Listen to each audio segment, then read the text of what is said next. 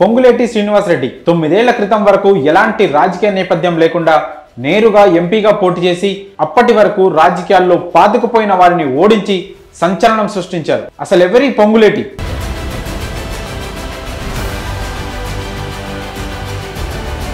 ఎందుకు ఈయనకు అంత ఆదరణ అని రాజకీయ విశ్లేషకులు సైతం ఆశ్చర్యపోయారు. వ్యవసాయ కుటుంబం నుంచి వచ్చి చిన్న చిన్న కాంట్రాక్టులు చేసుకుంటూ ఒక పెద్ద కాంట్రాక్టర్గా ఎదిగారు. ఖమ్మం జిల్లా కల్లూరు మండలం నారాయణపురం అనే చిన్న గ్రామం నుంచి ఎదిగిన పొంగులేటి ఖమ్మం జిల్లా రాజకీయ ముఖచిత్రంగా మారిపోయారు. తాజా ఎన్నికల్లో కాంగ్రెస్ పార్టీ అధికారంలోకి రావడంతో ఆయన మంత్రిగా ప్రమాణ స్వీకారం చేశారు. మరి ఒక సాధారణ రైతు బిడ్డ నుంచి ఈరోజు కేబినెట్ మంత్రిగా పొంగులేటి ఎదిగిన తీరు, ఆయన పొలిటికల్ జర్నీకి సంబంధించిన ఆసక్తికర విషయాలు ఇప్పుడు తెలుసుకుందాం. 1965 అక్టోబర్ 28న జన్మించిన పొంగులేటి 2013లో వైఎస్ జగన్మోహన్ రెడ్డి స్థాపించిన వైఎస్ఆర్ కాంగ్రెస్ పార్టీలో చేరి రాజకీయ రంగప్రవేశం చేశారు. 2014 ఎన్నికల్లో ఖమ్మం ఎంపీగా పోటీ చేసి సమీప ప్రత్యర్థి నామా నాగేశ్వరరావుపై దాదాపు 11,000 పైచిలుకు ఓట్లతో గెలుపొందారు. ఆయన గెలవడంతో పాటు తన అనుచరులు ముగ్గురిని ఎమ్మెల్యేలుగా వైసీపీ నుంచి గెలిపించుకున్నారు. తెలంగాణ రాష్ట్రం సిద్ధించిన తర్వాత వైఎస్ఆర్ కాంగ్రెస్ లాంటి ఆంధ్ర ముద్ర ఉన్న పార్టీ నుంచి పోటీ చేసి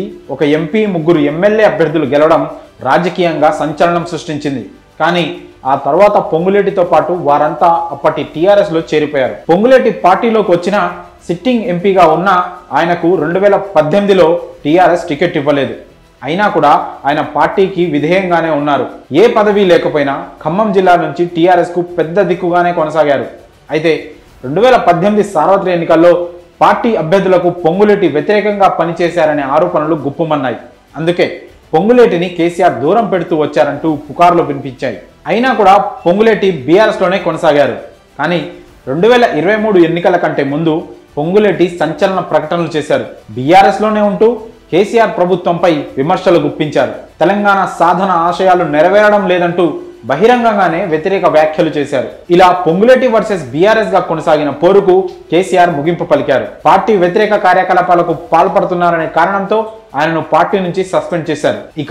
ఇక్కడి నుంచి పొంగులేటి జూలు విధిల్చిన సింహంలా రెచ్చిపోయారు. బీఆర్ఎస్ నుండి సస్పెండ్ అయిన తర్వాత పొంగులేటి కోసం బీజేపీ, కాంగ్రెస్ పోటీ పడ్డాయి. తమ పార్టీలో చేరాలంటే తమ పార్టీలో చేరాలని సంప్రదింపులు జరిపాయి. అన్ని విధాలుగా ఆలోచించిన పొంగులేటి కాంగ్రెస్ లో చేరేందుకు నిర్ణయించుకొని ఢిల్లీ వెళ్లి కాంగ్రెస్ అగ్రనేత రాహుల్ గాంధీ సమక్షంలో హస్తం పార్టీలో చేరారు. తన చేరిక సందర్భంగా ఖమ్మంలో ఏర్పాటు చేసిన సభ తెలంగాణ రాజకీయ చరిత్రలోనే అతిపెద్ద సభల్లో ఒకటిగా నిలిచిపోయింది.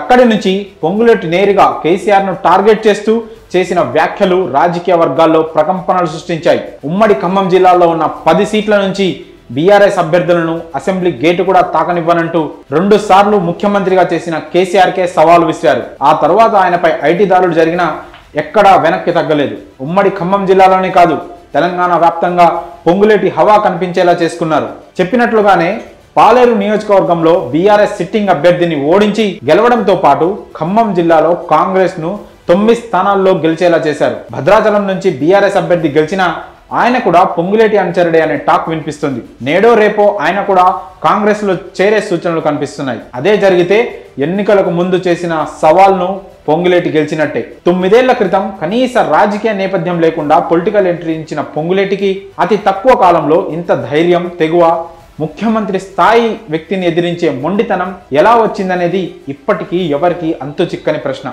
ఇదే విషయం ఖమ్మం జిల్లా ప్రజల్ని అడిగినా, పొంగులేటి అనుచరులను అడిగినా ప్రజలతో ఆయన కలిసిపోయే తత్వం, కష్టమని ఎవరు తలుపు తట్టినా స్పందించే గుణం, డబ్బు కంటే మనిషికే విలువనిచ్చే ఆయన మంచితనమే ఇప్పుడు ఇలా ప్రజాదరణ రూపంలో దక్కుతుందని అంటున్నారు. పొంగులేటి శ్రీనివాసరెడ్డి అలియాస్ సీనన్న అంటే పేరు కాదు, ఖమ్మం జిల్లాతో పాటు తెలంగాణ రాజకీయాల్లో ఒక బ్రాండ్ గా మారిపోయింది. సీనన్నకు జనం బలమైతే జనానికి బలం సీనన్న. మరి ఒక రైతు బిడ్డ ఈరోజు మంత్రి స్థాయికి ఎదగడంపై మీ అభిప్రాయాలను కామెంట్స్ రూపంలో తెలియజేయండి.